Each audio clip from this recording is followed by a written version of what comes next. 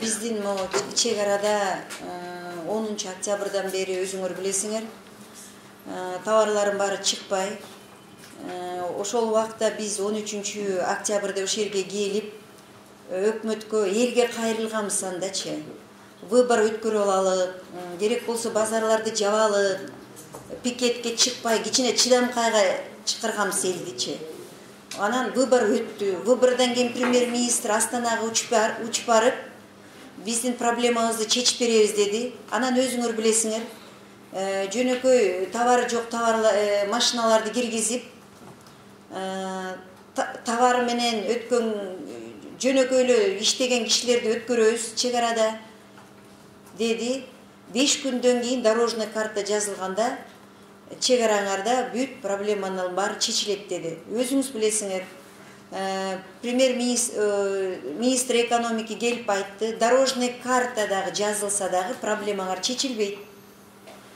Мен ошон үчүн 4-5 күнү өкмөткө кайрылдым.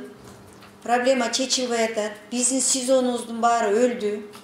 Сата албай атабыз. Сезонубуз сентябрь, октябрь, ноябрда, декабрда болгон сезонубуздун баары өлүп, товар алган товардын баары өтпөй атат. Бизге Казакстандан ишкерлер келбей жатат. Бирок убакыт менен пайдаланып айтып коеюн. Жалпы эле биздин Кыргызстан ишкерлер кыйналбай эле, муну Казакстан да кыйналып атат. Бизге телефон чалып, товары келип өтө албай атат, товарлардын баары чек арадан өтпөй атат. Ошон үчүн мен өкмөткө бүгүн кайрылдым. Бизди налогдон бошотсун, соцфонддун бошотсун. Себеби биз деген товарыбызды сата албай кыйналып атабыз. Соодабыздын баары токтолуп калды. Ошого биз өкмөткө ушинтип кайрылып атам да. Ал кече Алматыда соода толкаларынын кыргызстандык судазыктарды өндүрүүчү компаниялардын дагы алдыда деген маалымат канчалык? Кайсы товарлар алып атат? Жок, мен молочный продукция тиешим жок. Мен ТНПны айтып атам. Биздин ишкерлердин баары жашынакай эле иштеп атыптыр кыргыз жарандар. Бир да айтып коеюн, чек арадан өткөн товарларды 200 метр токтотуп, машиненин ичине кирип, сумкаларды ачып, акчаны берип чыгарып аткан ал факттар бар. Факттар бар. Чек араны өтүп атат.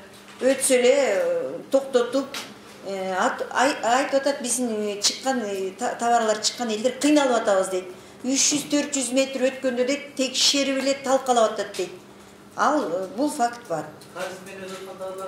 Транзиттен өткөн товарларды, өзүн алып бараткан товардын баары, мына азыр менин коллегам айтпады, транзит товарбы, бүт Кыргызстан өткөн машиналардын баары текшерип атат. Ал факт бар. Болтолду чыгымдарды эсептеп көрдүңүздөрбү? Өз алдыңыздарчы. Коллега, давайте вначале у нас... Чыгымдарды эсептеш үчүн у нас эсепти алган жокпуз, өзүңүз ойлобойсузбу? Эч ким келип соода кылбаса, сооданын өзүн сезон өлгөндөн кийин өзүңөр билбейсиңер, чыгым аябай чоң болуп атпайбы?